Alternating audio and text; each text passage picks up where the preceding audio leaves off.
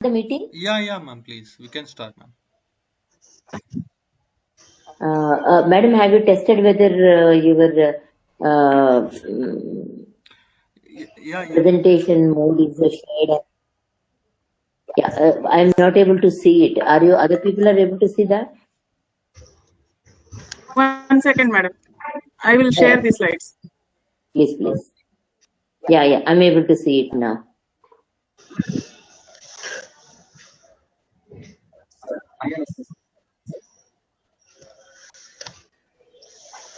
Welcome to all the people for this important meeting. The WINCARS now decided to have the involvement of the different states from the India. So first we started with Andhra Pradesh. So the today's meet is basically the Andhra Pradesh cardiologists and physicians meet.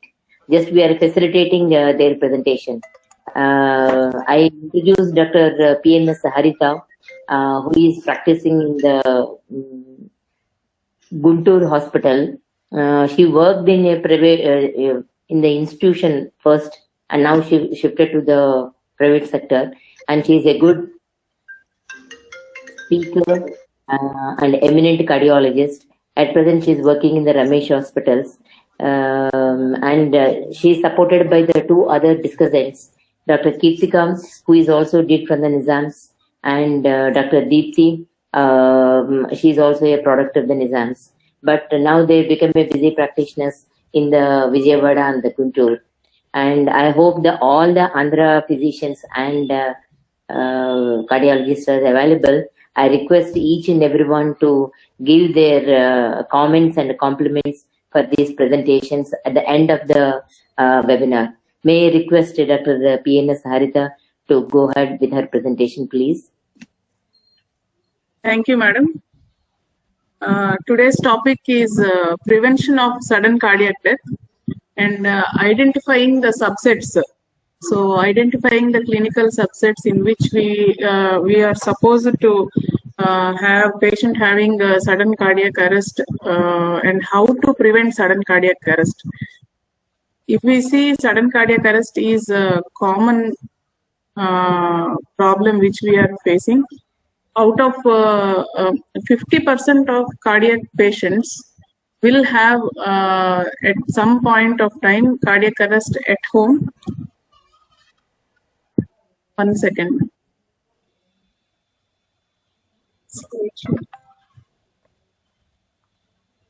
Okay. So coming to the definition of sudden cardiac arrest. So it is defined as sudden and unexpected death occurring within an hour of the onset of symptoms or occurring in patients found dead within 24 hours of being asymptomatic and presumably due to cardiac arrhythmia or any hemodynamic catastrophe. So the time and mode of death are unexpected and often death occurs in patients without any prior potentially fatal conditions. Most of the sudden cardiac death are associated with underlying cardiac arrhythmias. Somehow some other causes like tension pneumothorax or some other causes are identified, but still the commonest cause is cardiac arrhythmias. Maybe the predisposing factors or the substrates may be different, but the final event is either VT, VF or asystole. So as the name implies, it is instantaneous and many of the time we see patients are unconscious within seconds to minutes as a result of insufficient cerebral blood flow.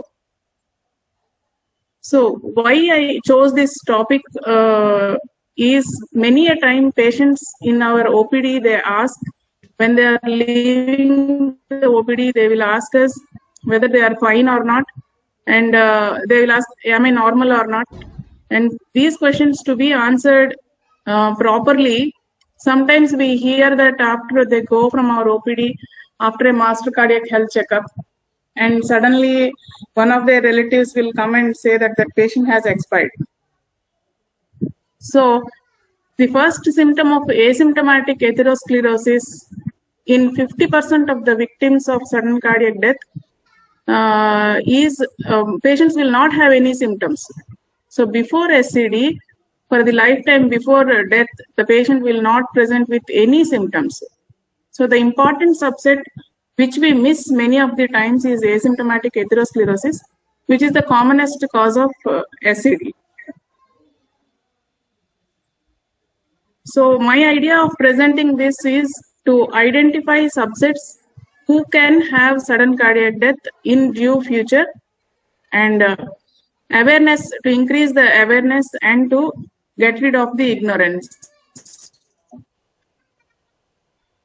So this topic is very important because non-communicable diseases many of the times are not considered even by if we see communicable diseases are very much threatening. If we see the pandemic, the present pandemic COVID has killed 1 lakh people in this year, which has created a lot of menace. But if we see sudden cardiac death, around 2,50,000 people die without reaching the hospital in a year. So this is a huge number, but still nobody is bothered, and it will not create that much of panic, but silently it takes away the lives.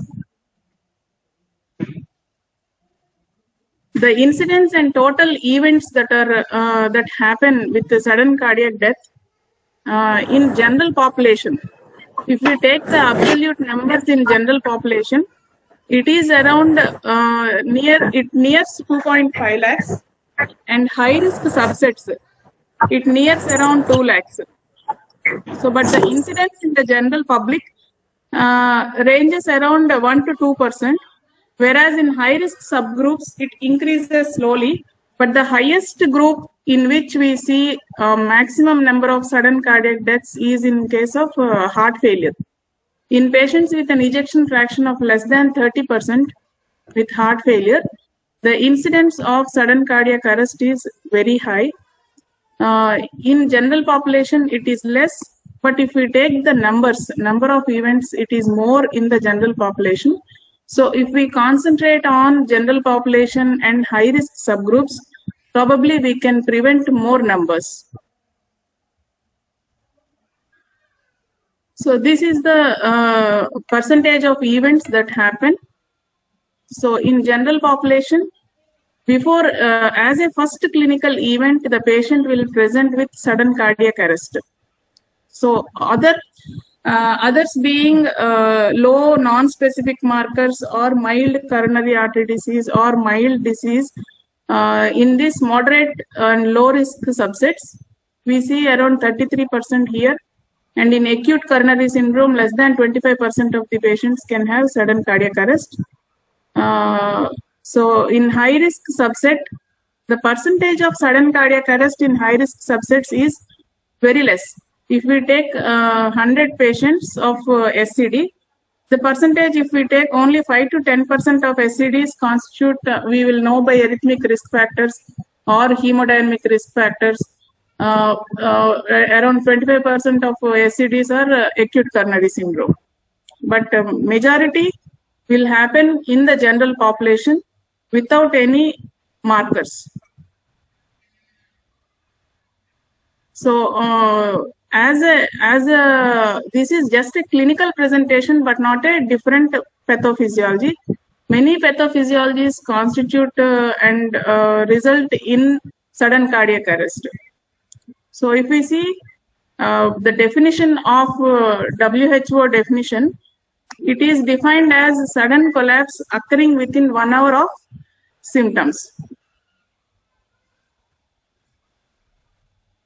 So if we see the Venn diagram, various substrates, either anatomical or functional substrate is needed, and on the top of it, initiating events or precipitating events, electrical abnormality should precipitate, and this results in either VT-VF or electromechanical dissociation or asystole. So same structural abnormalities being myocardial infarction. In myocardial infarction, we know in acute MI, many of the times they present with VT-VF. Healed MI, within 6 months, we do primary PCI to the patient. We send them home.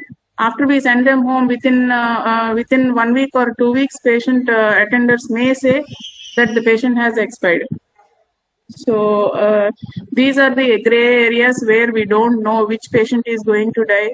Even after stenting, even after primary PCI within 6 hours or 8 hours, without stent thrombosis also, they can have VTVF because of the infarcted muscle.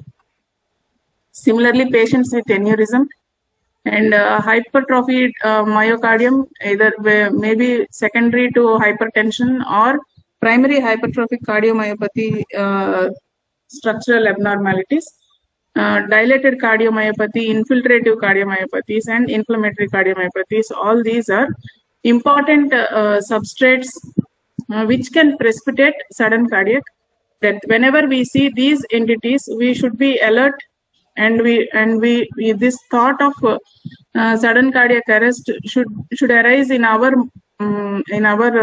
case sheet. We have to see whether this patient has all the patients we do write whether they have a family history of CAD or not, but nowhere we mention if any patient is having a family history of sudden cardiac arrest. But as I was preparing these slides, I could see that the family history of SCD also is very, very important.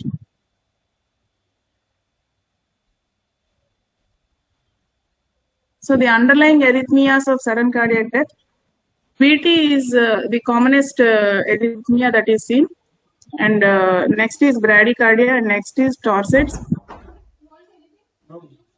So ischemic heart disease, we know CAD with MI or angina, unstable angina, or this NSTEMI can have SCD. Coronary artery embolism and non-atherogenic CAD or coronary artery spasm. Non-ischemic heart disease, definitely the commonest being dilated cardiomyopathy, and the next coming is hypertrophic cardiomyopathy. Other subsets being myocarditis, wherein peripartum cardiomyopathy. So in India, we don't use any Holter monitoring recovering patients of peripartum cardiomyopathy. But I have seen many patients in US who come back with ICD in peripartum cardiomyopathy. I have seen 2 cases of peripartum cardiomyopathy patients who had an ICD. The percentage of sudden cardiac arrest in peripartum cardiomyopathy is around 15%. So if we don't treat them properly, and if we don't identify the risk of sudden cardiac death in that subset, we may lose the patients. So definitely it is important. Even any patient who is having an ejection fraction less than 40%, we should think about ectopics, VPCs, and SCD.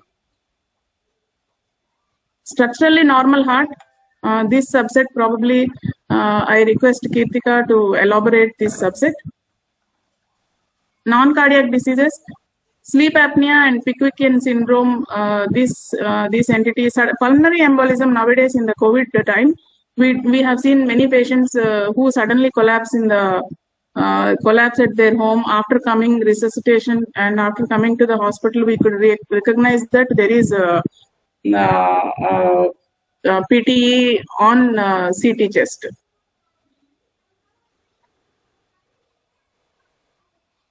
So coming to the risk factors, whenever we are identifying the risk factors, we have to see all these entities, out of which predominantly we miss is personal or family history of sudden cardiac arrest, and history of CAD or MI or VT in the family. That is very, very important. And any patient with obesity, hypertension, diabetes mellitus, this subset also is having a high risk for sudden death.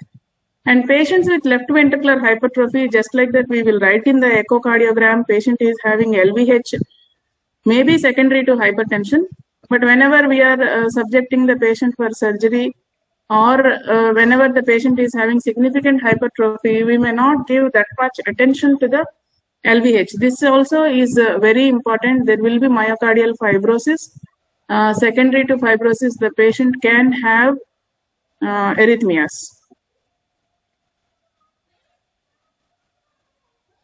coming to the first risk factor, definitely male preponderance is there. The ratio is 2:1. Male and female ratio is 2:1. But the point which I like to highlight here is 66% women are 66% less likely to have known coronary artery disease before sudden cardiac death. And this is a very, very important. Men, it is only 30 to 40%. The person may not know that he is having coronary artery disease.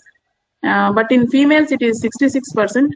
And many a time we hear that the person, his wife died during sleep, or suddenly she collapsed. We all know that one of our cardiologists, she collapsed while she is in the hospital. So women definitely, they are less often categorized as high risk for sudden cardiac death, and more often found to present with SCD as a first cardiovascular event. So coming to the age, as the age increases, the risk of SCD increases and the ratio remains the same. If we take adolescents and young adults, causes being myocarditis, hypertrophic cardiomyopathy, or all these long QT and short QT syndromes, RV dysplasia, Brugada and idiopathic VF or catecholamic CPVTs. And if we take the 30 to 45 years of age, this is the transition age where we miss many of the cases, and the usual cause being coronary artery disease. So in after 35 years of age, the incidence in general population is 1 in 500. That is very significant. Again, the commonest cause being coronary artery disease or dilated cardiomyopathy. So family history is important. Any patient with a first degree relative of cardiac arrest, we have to individualize the risk of individual having a cardiac arrest increases by 50%. So this is very important. And primary arrhythmia disorders, we have to look for arrhythmia disorders or inherited structural heart disease. And post-MI also, a person having a sudden cardiac arrest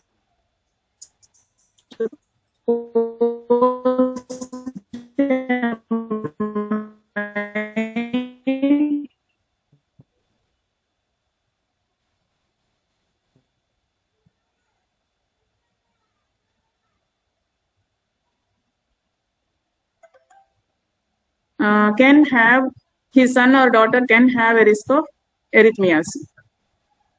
General population more after general have to look for the arrhythmias. That is, patients with reduced LV ejection fraction.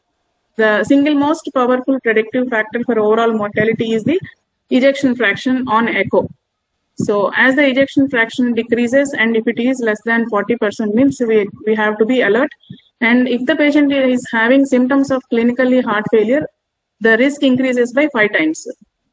So any patient with known or suspected ventricular arrhythmias, definitely or more. And hypertrophic cardiomyopathy, this subset will be discussed by Kirtika. So this from here onwards, Kirtika.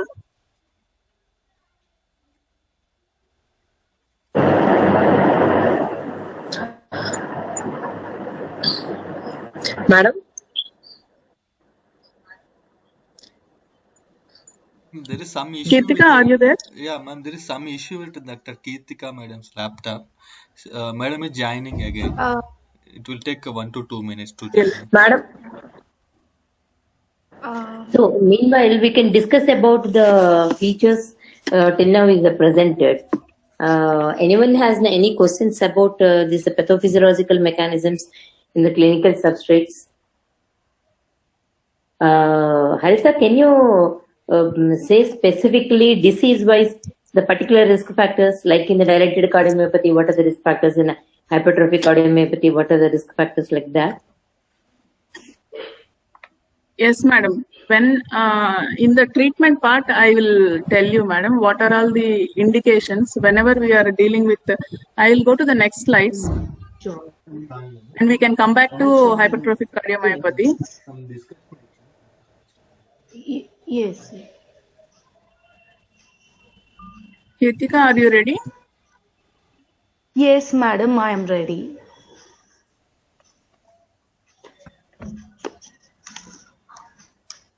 Hello.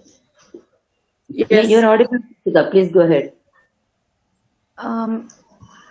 Madam, good evening. Josna, madam, good evening. Thank you for giving this opportunity, madam, in this WinCars for me to present over here.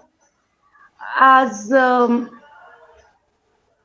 like my talk in this session is SCD, sudden cardiac death in HCM group of patients. As physicians are also there in this platform, I would like to first come from what is HCM. HCM is like it's underdiagnosed hypertrophic cardiomyopathy. Even if one segment out of 17 segments, if it is more than 14 mm of thickness, it is considered as HCM. It can be hypertrophic obstructive. It may not be hypertrophic obstructive. Why this is important? HCM is a genetically determined disease. Its expression is 2 in 100. See, if it comes to a Danon gene, it is like Danon gene presentation in female is dilated cardiomyopathy, but in male is hypertrophic cardiomyopathy. If it comes to PRKG2 mutation, they present with delta and severe hypertrophy without obstruction. So as HCM is a genetical disease, it is underdiagnosed. First thing is, at least in this part of the world, what I have seen is it's underdiagnosed, madam, as we only rely on echo rather than other modes of investigation like cardiac MR.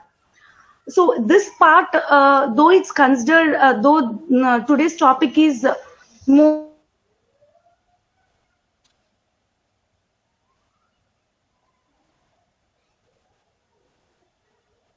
about HCM, sudden cardiac death, pathophysiology, for diagnosing it is more important. Coming to what are the potential pathophysiological substrates and clinical risk factors. Madam, can I go to next slide?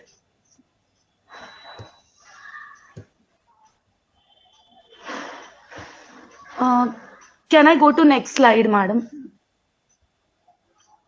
Hello. One second.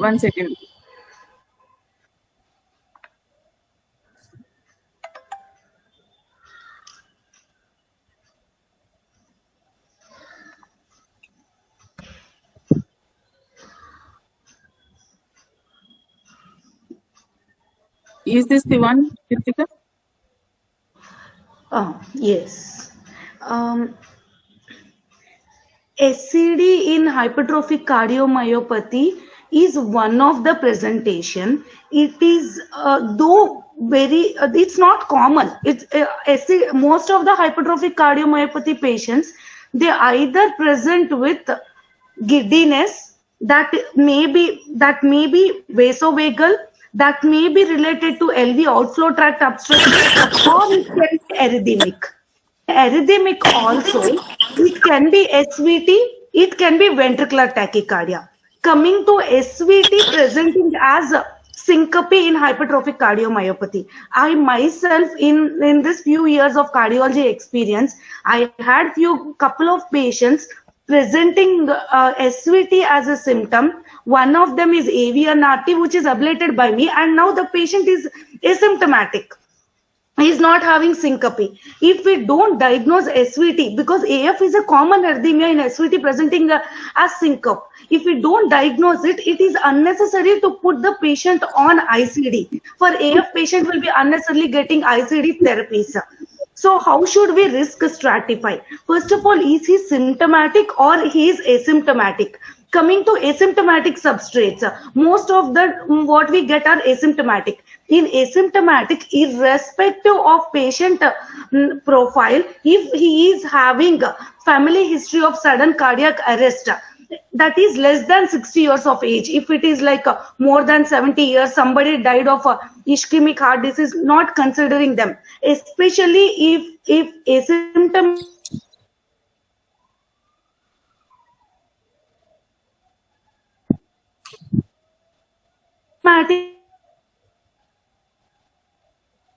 HCM patients having family history of sudden cardiac death. We don't need to do any. Our cutoff limit for cardiac MRI is 15% scar. If it is less than that also, you can directly go and counsel him. You are a high risk substrate. You can have an ICD so that prevents at least sudden cardiac death in you. Next, other group of symptoms are syncope. As I have discussed in my first discussion only, most common cause of syncope in HCM patients is vasovagal. Why I don't know, it's most common, madam. At the same time, it is like more benign rather than other malignant variants of vasovagal. Here HCM patients presenting vasovagal is more benign, and we have to definitely rule out the exertional syncope caused by LVOT obstruction, for which we have a treatable option of marrow surgery. Coming to arrhythmic aspect, if it is arrhythmia, then we have to stratify whether this patient is having AF, whether atria are dilated, or this person is having VTACs. Most of the HCM patients, they present with VTAC, they take time, then only they go into VFib. They give us some time, though it's not a benign disease. Once they present with VTAC, it's understood they are not benign, and we have to go and intervene in them. As the scar is more intramyocardial in them, ablation is quite difficult. I didn't even see any ablation in HCM being successful from in my experience. Most of the times we go with ICDs in HCM patients with VTACs, as VFibs are common in them. So, madam, next slide.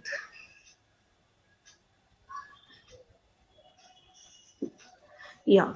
As we all are aware of, risk factors in HCM are like, first thing is family history, aborted sudden cardiac arrest.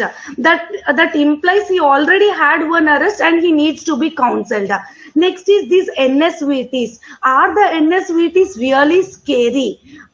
See, whenever we find a patient with HCM and NSVT, rather than stratifying them into high risk category, we should go and try to look at other ancillary findings for them, like MRI showing any significant scar burden of more than 15%, 15%, or EC having other features. Like thickness of one segment more than 30 millimeters, or very significant LVOT that is more than 50 mm of Hg at crest. If all these factors are fitting, only generally we go for therapy, like device therapy in HCM patients. Otherwise, it is more of surveillance. Next, with this, my conclusion in HCM is that risk stratification is not on single factor. If that single factor has to be considered, it is family history. And second thing, it is, but it's combination and insight of the physician who is treating him. Next, coming to my second conclusion in HCM with syncope. Don't always concentrate on VTAC. It is AFib, because 50% of ventricular arrhythmias in burnt HCM as well as progressive HCMs is AFib. So AFib needs to be understood in them, though it may not be ablatable in them by the time they reach us. At least we need to anticoagulate. We need to convert them to the rhythm to sinus as much as possible. Keep them in sinus. And my third point of conclusion is vasovagal syncope in HCM has to be dealt in strong wrong in them. Like somebody with HCM getting up, going to washroom, suddenly falling in the bathroom, unlikely to be VT. Consider vasovagal, because vasovagal syncope in HCM has got better prognosis. Now, next topic of discussion is long QT syndrome and Brugada. Coming to long QT, it is of three types: type 1, type 2, type 3. Type 3 is more malignant, as well as it's in young people, SC and 5A mutations. Yes, once if long QTs are presenting with syncope, they are most of the times they are associated with family history, and charts score is the one that evaluates long QT with high, means are they substrates for therapy or not. In therapy for long QT, as beta blockers are the drug of choice, and our CT surgeons have improved their skills by doing bilateral cardiac sympathetic denervation, which is more better than ICD in them. If it comes to long QT, and we have to go to therapy in them, in long QT, first is non-specific beta blocker, that is propranolol. If one's patient is symptomatic on propranolol, then consider cardiac sympathectomy. Later also, unlikely patients being they are very highly unlikely, unless they are having strong family history of sudden cardiac death. Then in that situation, should we go with a pacemaker or ICD? Because in long QT, it is the torsades that is causing sudden PF, it's not VT.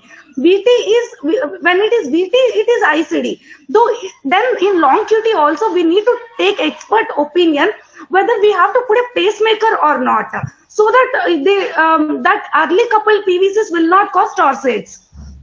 And Brugada, as in the order HCM and long QT, Brugada is comparatively benign compared to HCM.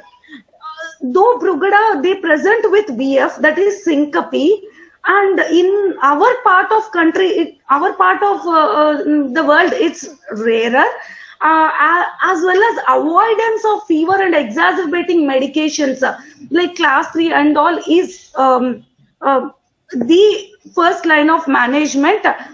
In Brugada, indication for sudden ICD comes when it is spontaneous type 1 ECG, that is COVID pattern, rather than even in type 2 Brugada, that is saddleback, though they have given few risk factors like that ST coving more than 4 millimeters, that angle more than 60 degrees, we don't generally go ahead and put an ICD in them.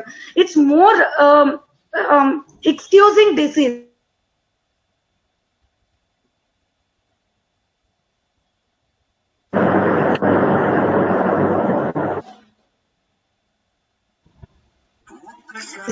Compared to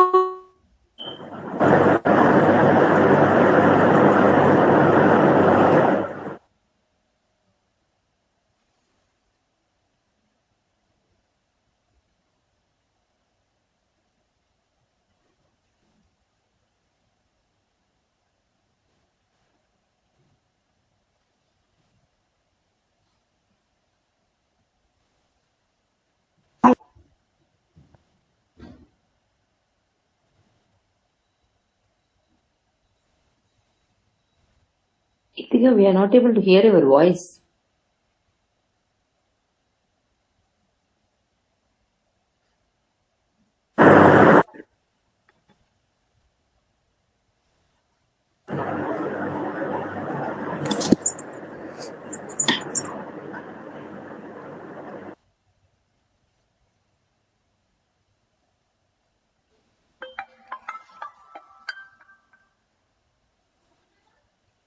hello okay ma'am, నేను మాట్లాడతాను. Yeah please. Kirtika, One minute, ma'am. madam, I think there is some problem. Should we move on to the next slide? Someone else can cover for her.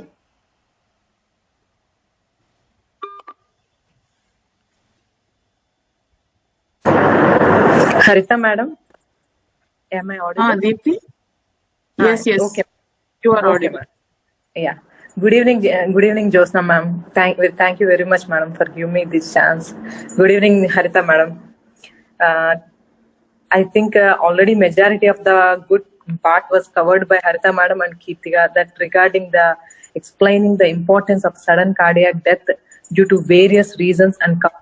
Now I am going to explain about the reason and the cardiac death in athletes, because athletes are the one who are prone to the risk, because if they are not diagnosed in time, they can die at a short age because of rigorous exercise and then precipitating factors. Ma'am, can I go to another slide, madam? Harita, ma'am. These are the various reasons contributing to the sudden cardiac death in athletes, ma'am. It is the sudden arrhythmic disorder or any idiopathic LVH, arrhythmogenic RV dysplasia, and HCM, coronary artery anomalies, atheromatous coronary artery disease, myocarditis, and DCM. And these are the various, out of which sudden arrhythmogenic is the most common cause. And coming to the what are the various structural, electrical, and other causes that is leading to the sudden cardiac death in athletes. Mostly structural heart diseases like hypertrophic cardiomyopathy, arrhythmogenic RV dysplasia, dilated cardiomyopathy, and aortic stenosis, MVP, Marfan's, coronary artery anomalies. These are the major structural heart diseases, out of which already Kirti has discussed about hypertrophic cardiomyopathy, and another sub-entity is the arrhythmogenic RV dysplasia also. And coming to the electrical activity, long QT syndrome, short QT syndrome, Brugada, WPW syndrome, catecholaminergic polymorphic VT, and sometimes, rarely, like early atherosclerosis in young persons and myocarditis, drug toxicity, or trauma like myocarditis. This can also lead to the sudden cardiac death in athletes, ma'am. And coming to the athletes, mainly detailed history and physical examination and their ECG. These three will give a rough idea regarding the existing diseases, like a medical history regarding any exertional SOB or exertional chest pain or unexplained syncope, or any family history of a young family history of sudden cardiac death, or any aborted sudden cardiac in the athletes. These all, the history will give us a clear idea regarding whether they have any predisposing factors, there are any chances of getting sudden cardiac death. And coming to the next conditions, like any family history of HCM, long QT, Marfan's, in physical examination, we can clearly any suggestive features of Marfan syndrome can be pectus excavatum, or any thumb sign, or any long stature with these all things will roughly give an idea regarding the Marfan syndrome. Not only Marfan's, and any diseases that has a predisposing factors for the sudden cardiac death, and any abnormalities in pulses and variation in blood pressures or any cardiac murmurs. In ECG, any pre-excitation, long QT, short QT, and any Brugada ECG patterns like foul appearance or saddle back appearance like that, and any QT prolongation or epsilon waves in the arrhythmogenic RV. These all will give a rough idea, mainly clear history, physical examination, and ECG. This will roughly give an idea of risk of sudden cardiac death. Madam, next slide, madam. Harita, madam. Harita, madam. Okay. Can I go to next slide, madam?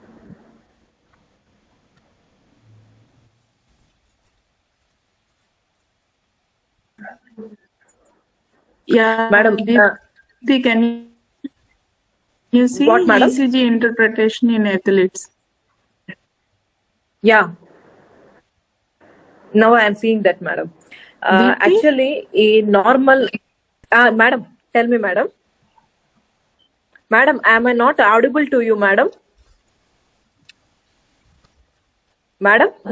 You are audible, madam. Ma'am, your voice is audible. I am audible, madam. Shall I continue, madam? Yeah, Okay, but what thank you, ma'am. Presentation is good. I am not able to see the presentation. The presentation is seen by the other people. Srinivas, are you able to see the presentation? Yes, ma'am. Okay, then I will adjust it. Please go ahead, madam. Okay, ma'am. Thank you. Actually, some features like increased QRS like LVH, RVH, incomplete RBBB, early repolarization, or any sinus brady, sinus arrhythmia, first degree heart block, these are considered to be a normal. Those ECGs will be neglected if they are completely asymptomatic, ma'am. If at all any borderline ECGs like axis deviation or right or left atrial enlargement or complete RBBB, any more than 2 or more findings, they should be kept under surveillance. And any abnormal ECGs, these findings may suggest, and then almost they should have a regular E2D echo, regular follow-up and regular things. T-wave inversions, ST depressions, pathological QS, left bundle branch blocks, QRS duration greater than 150 milliseconds, any epsilon waves, any ventricular pre-excitation, Brady less than 30.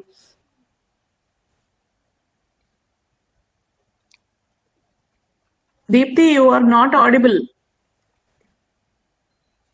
Or any Mobitz type or third degree or type Brugada type piece is greater than 2, ventricular or atrial tachyarrhythmias. These all abnormal ECGs findings are there. Then we have to be, the athlete should be continuously monitored, and then the chances of getting into arrhythmogenic or sometimes going into arrest should be prevented, ma'am. Harita madam, can I go to next slide, madam? Yes. Harita madam. Yeah. Deepti. Okay, ma'am. Okay, ma'am. Mainly, so finally, what I want to say is any symptoms like chest pain, dyspnea on rest or exertion, any orthopnea pain is suggesting any failure symptoms or lower extremity edema, or any syncope, dizziness, like the any factors that may suggesting the underlying cardiac disease, any valvular, congenital, any diseases should be monitored, and then these patients should be fully before sending for the sports or higher exercises, ma'am. Hello, ma'am. Harita, ma'am, can I go to the next slide, ma'am?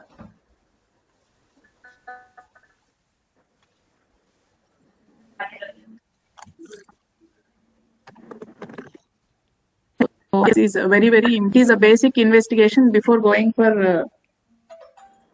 Madam, ECG is the basic. I feel ECG is the basic investigation for screening the athletes, ma'am, and followed by 2D echo for any for any dilated cardiomyopathies, valvular heart diseases, or any congenital heart diseases. So ECG, 2D echo, and any history. Not only their history, family history, and then detailed history of symptoms. These 4 are the most important things to be monitored for athletes. Yes. So routinely, whenever we are evaluating patients in our OPD, how to assess the risk of sudden cardiac death? We know everywhere many of these features which I have mentioned here, but many a time we don't focus on these important symptoms. So if the patient tells about palpitations and lightheadedness, we don't consider the patient. We will just think more like we will think that probably it is patient is having some symptom of palpitation secondary to anemia, secondary to something, and we ignore this history. So we should concentrate and focus on whenever we are evaluating the patients in our OPD itself. We have to see for the onset of episodes of any episode of giddiness or syncope. We have to consider it very seriously. And whenever we are discharging the patient or whenever we are sending away the patient to the home, we should check the patient twice. And probably we can order a Holter monitor for any patient who is having pre-syncope or syncope, so that we may not miss. Nowadays, we have this 3-day Holter and 7-day Holter, which are easily available, and patches also available. Many a time we are seeing, even Kirtika and myself, post-MI patients, many a time, and LV dysfunction patients, we do see non-sustained VT seen frequently. Recently, we had one patient who has got young female, 45-year-old. She had typical episodes of palpitations with presyncope. So whenever when we connected the Holter monitor, we could see that it is a wide QRS tachycardia. Finally, AF decompensating. So such cases we can prevent whenever we take a good history, and when we have the eye and suspicion, then only we can make out the diagnosis. Yes, ma'am. So in the general population, definitely these risk factors are very, very important, and proper management of hypertension, hyperlipidemia, diabetes, obesity, smoking, sleep apnea. We do hear these risk factors in all our conferences, and even we do see in our parents also having hypertension and hyperlipidemia, diabetes uncontrolled. Concentrate on that. We don't take it too seriously, so that they'll end up. Recently, one of our DNB students' mother, she expired and she had a sudden cardiac arrest. So last month itself. So always we should consider these risk factors are risk factors for SCD also. Not only for CAD, they are risk factors for SCD also. And medications, whenever we are prescribing in elderly people, more than 70-year-old patients, if the patient is having the risk of SCD increases, so any single drug increase in that subset can have bad adverse effects. And QT prolonging medications, we have to be double cautious whenever we are prescribing QT prolonging medications. Antiarrhythmic drugs, we know all the class 3 drugs have QT prolongation and they can precipitate torsates. So we should be double cautious while prescribing these drugs. And medical history, whenever we are prescribing diuretics, recently this ARNI, all these things precipitate hypokalemia also. We think many of the times that they cause hyperkalemia. Patients with renal disease, they have hyperkalemia. I have seen patient coming for dialysis regularly. He was almost normal, and one of our nephrologists, actually diet history he is not aware, and he took many dates. So after that he had hyperkalemia and arrested. We tried temporary pacemaker, so many things, but we could not revive. So rather than the disease, many of the times the cause of death is a cardiac condition which is precipitating SCD. Family history, as I have told, is very, very important. And first degree relatives, definitely we should be very, very cautious, because my grandmother died of SCD. So we don't know always, we never think that we may have it, but still we should be very careful, and we should look for the precipitating factors. So we know physical examination, we do it. Therapy, controlling correction of ischemia, prevention of plaque rupture, autonomic imbalance, neurohormonal blockade, like beta blockers, AC inhibitors, and aldosterone receptor blockade. These are very important. We do hear these things, but many of the times the dose titration will not be appropriate, and the drugs which we use are not appropriate, and they are not trial based. So we should correct them. Whenever any patient is getting discharged, we should double check whether we are giving these drugs or not. Coming to the role of ICD, so as general physicians are also there in this group, as a primary prevention in patients with ischemic heart disease with an EF of less than 40%.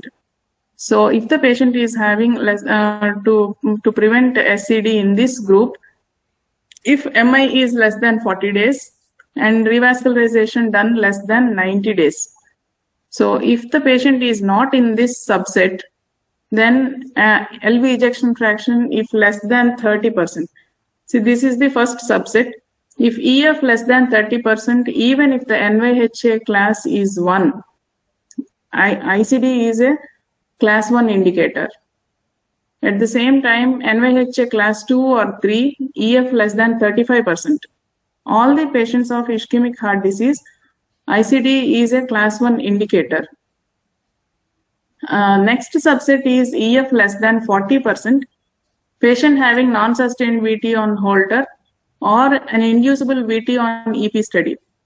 So then definitely if the patient is having inducible VT on EP, patient is a candidate for ICD.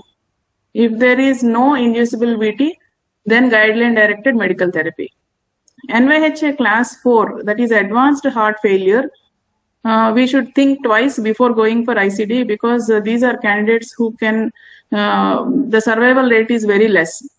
So as it is a costly device and there is no much proven benefit, better we avoid in NYHA class 4. So if the patient is less than 40 days MI or less than 3 months of revascularization, definitely class 1 is guideline directed medical therapy. And if the patient is having non-sustained VT, go for EP study, and if there is inducible VT in the study, then we have to go for ICD again. And there is no VT means again beta blockers and ACE inhibitors and aldosterone. Coming to ICD in HCM. So when should we go for an ICD in HCM patient? Kirtika has elaborated nicely about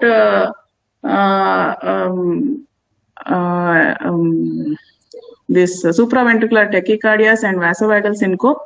But clinically, when we come to the patient scenario and when we see the patient, to send away the patient that he is normal or he is not going to have any problem, it is a difficult task.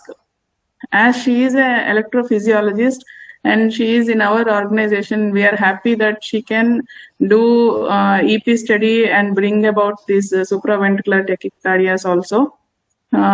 Any patient with the HCM with syncope, definitely we have to think not twice but many times to send away the patient without any therapy. So a HCM, sudden cardiac death survivor having sustained VT, definitely yes, he is a candidate for ICD if we document the sustained VT on the ECG. So if there is no sustained VT or he is not, he didn't had any SCD or any cardiac arrest before, but having a family history of sudden cardiac death or LV wall thickness more than 30 millimeters, syncope less than 6 months. So again, ICD is class 2A indication. So, and if he is not having these symptoms also, but having non-sustained VT on the ECG or an abnormal BP response to exercise, then we have to look for the risk modifiers. Kirtika elaborated about these risk modifiers. They are late enhancement on late gadolinium enhancement on MRI, thickness of the LV wall, patient having episodes of pre-syncope. So there are subsets, risk modifying subsets. So if he is a risk, if any risk modifier is present in the patient, then again we should think about ICD and it is a class 2A indication. If they are not there, then it is class 2B.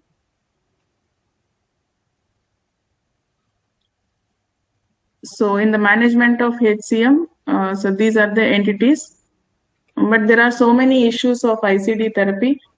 Effectiveness after keeping the device, what are the problems, troubles in the ICD placement, lead fractures, arrhythmic storms, telemedicine problems, infection in the device. There are many issues, but still it is a life-saving device.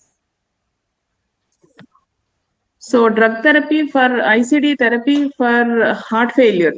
ICD versus drug therapy in a meta-analysis recently published in 2020, what they told was the rate of ICD use was low and it is associated with a decreased risk of, if we use ICD, definitely the risk of all-cause mortality and sudden cardiac death is definitely less. But this benefit is only present in the trials, and it is not translated into usage. So this is my last slide. So how to predict sudden cardiac death in the general population, and this is the power cascade. If we see the general population, the power is high. So what are the conventional risk factors? We have to stratify according to the conventional risk factors, and we should to predict the evolution of the disease. So anatomically, another most important thing is coronary calcium score and CT angiogram, which we use in many of the patients in our setup. We have two CT consoles, 256 and 125 slice. They are very, very useful in assessing anatomically screening the coronary artery disease. So a open subset where we can pick up the cases of sudden cardiac death is anatomical picking up of the cases is CT coronary angio. So others, after having the disease clinical risk profiling, transient risk predictors and personalized risk predictors. So in conclusion, SCD is a number one killer. Half of the SCD events are with coronary artery disease is represented as the first manifestation of the disease. Large proportion occur in those not known to be at risk. So we don't know whether we are at risk of SCD, but suddenly it can happen. So general population, attention towards the general population to prevent the CHD risk factors can prevent SCD. So the largest of those high risk groups are the individuals with LVEF less than or equal to 35%, whether it is ischemic or non-ischemic. So if the ejection fraction is less than 40%, actually, we have to focus on this subset, because many of the our yield will be more, yield of SCD will be more in this subset. ICD is a cost-effective and life-saving intervention in appropriate candidates. Thank you.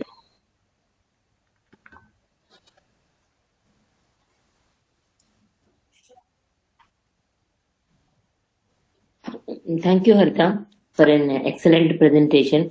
I have a few questions. Of course, you mainly concentrated on the long cutis, cardiac, the valvular heart disease, especially then aortic stenosis, is in a strong risk factor. So, is the post-TAGOR also what is the current sudden cardiac death? Is there any studies for that? Of course, we know that congenital heart diseases, pulmonary thromboembolism, aortic dissections, all these things can be presented, but it is to enlist the causes, to risk stratify each and everything in a 1 hour. The discussion may be difficult. So, especially I wanted in the post-TAGOR, the sudden cardiac death. And another one is the EPHRS and the HRS experts consensus statement of 2020 is that differs from the previous statement of the evaluation and the therapy of the sudden cardiac death, or is the same? There is no changes. What are the additional features are mentioned in that? Madam, first post-TAVR patients, the commonest problem many of the times which we see is within 2 days they can present with the complete heart block. Some of the patients can have complete heart block and bradycardia, but after 1 or 2 days, if the patient is not having any complete heart block, means definitely there is the risk of SCD is very, very less. Yeah, because surgery following an aortic stenosis, even though the incidence of the SCD comes down even after the aortic valve replacement, but still it is higher than the general population. Is that so for the TAVR or not? Because TAVR produce complete heart block is a well-known factor. That's why we keep the TPA for the next 48 hours, mainly depending upon what type of valve we are using it. If the skirt valves are then used much more frequently, then it's more likely to have a complete heart blocks more frequently. That's true. So I wanted to know subsequent cardiac, sudden cardiac deaths. Is there any studies on that? No, madam. I didn't see any studies, and even in the this is the latest. I saw a latest reviewed article also on post-TAVR this thing. In that subset, this post-TAVR group is not taken into consideration. Probably, I think the rate of SCD is very less. Is the consensus statements which is released in 2020 differs from the previous one? For sudden cardiac death, madam. Okay. It is a Rhythm Association released statement. That probably, Kirtika, do you know anything about that? Madam, Josna, madam, post-TAVR sudden cardiac arrest is again into. No, consensus statement of HRS is there, no? Is there any difference in the previous consensus for SCD and the present one? Two group. Yes. I think in Western data, it's more done for normal LV function only. When it comes to low flow, low gradient AS, again it's severe LV dysfunction, it's a scarred myocardium. Here, it is LV dysfunction related statistics apply to even post-TAVR, madam.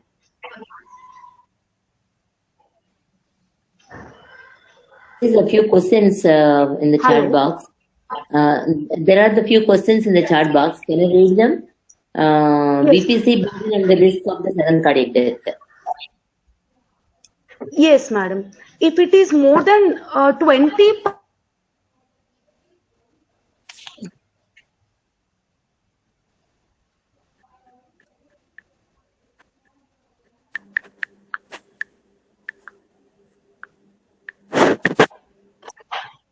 Function, it is more than 10% along with morphology of the BPCs.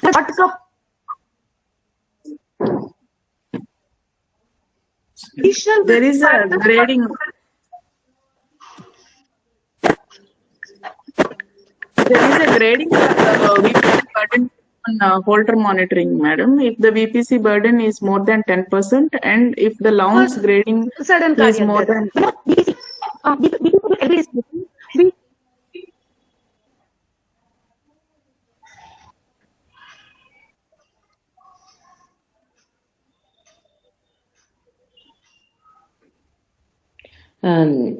Suddenly the voice is going. I think Haritas is heard very well. So can someone answer on all the questions which are mentioned there? Multifocal BPCs and the role of an ICD versus ablation. Yes, madam. ICD versus ablation, if we take, if the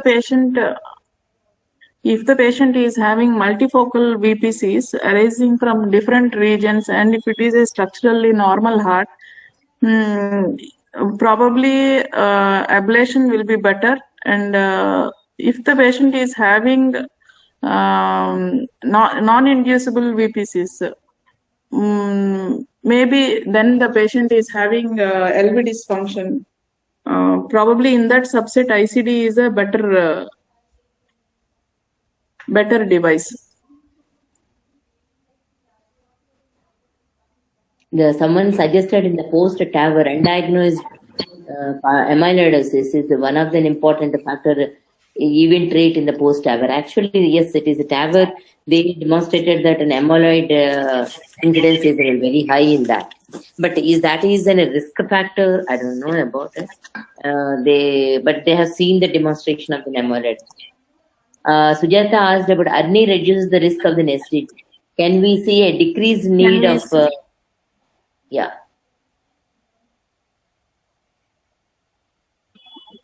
Probably yes, madam.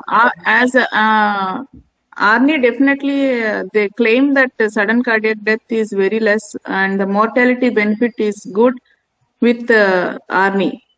After giving ARNI also, if the patient is having an ejection fraction less than 40, definitely we have to again look for it. So many times in the OPD subset, we do see patients coming for follow-up every 3 months. Recently, we did a study in our hospital. We did phone calls during this COVID time to all the patients with the ejection fraction less than 40%. We could see that in that subset, 30% of the patients expired. I am really surprised. It is not after it is expected, but suddenly hearing that many of the patients have died means I thought there are lapses in our treatment and which we may have to correct stringently. Okay, there are so many other important people are there like SCV, C.S. Rao, Sunita Komblekar, Vijay Lakshmi Madam. I don't know, Vanuja. Anyone has any other questions? Jyotsna, Dr. Kavita has asked a question. ARNI causes hypokalemia. What is the incidence in clinical practice? I don't know statistical data, madam, but I am seeing patients having hypokalemia frequently. Previously, we thought that hyperkalemia will be there with ARNI, but we could see that many patients are presenting with hypokalemia also. The percentage of patients, I don't have any idea. If anyone knows. Because Elvidis, we are also adding eplerenone and aldosterone antagonists. Definitely, I have not seen that much hypokalemia. It's very difficult because our data is small. We regularly monitor electrolytes, but still we cannot, from our practice, glean this information, I think. But regularly, if we do in patients post ARNI, madam, I do check first week and whenever we are increasing the doses. Initially, I thought hyperkalemia is an issue, but I have seen 3 to 4 patients presenting with hypokalemia. As we don't expect hypokalemia, we may be thinking that the incidence is more, but it happens. No, Harita, we also add other drugs, right? We add a diuretic which causes hypokalemia. How can we say that clinically ARNI is the cause? And the second thing is we also add, as I said, aldosterone antagonists. So maybe we have to look at. Actually, we are.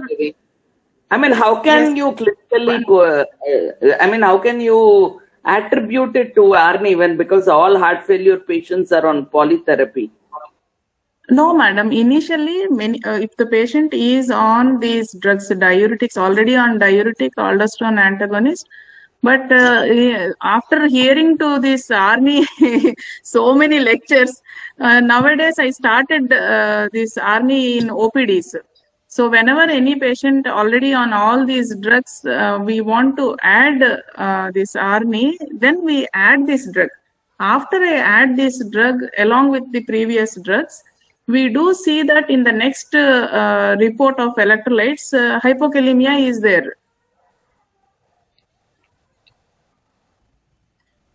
Previously also diuretics, actually we decrease the dose of diuretics after keeping the patient, as we are increasing the dose of ARNI from 50 milligrams to 100 milligrams, I decrease the doses of diuretics.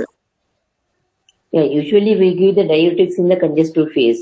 Once they improve, so probably we will go to the minimum dose and we may sometimes withdraw it also. But if an additional drug of ARNI producing the hypokalemia, it is worth discussing, because I heard in many other forums are also contributing to the hypokalemia. But it's worth reporting it so that they will do a study on this.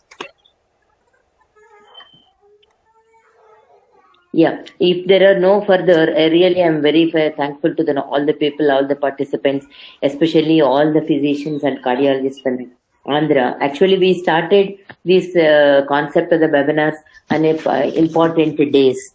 And today is being the birthday of the Swami Vivekananda, that is National Youth Day. I think at least we have to remember once his name, who has given a strength to the India.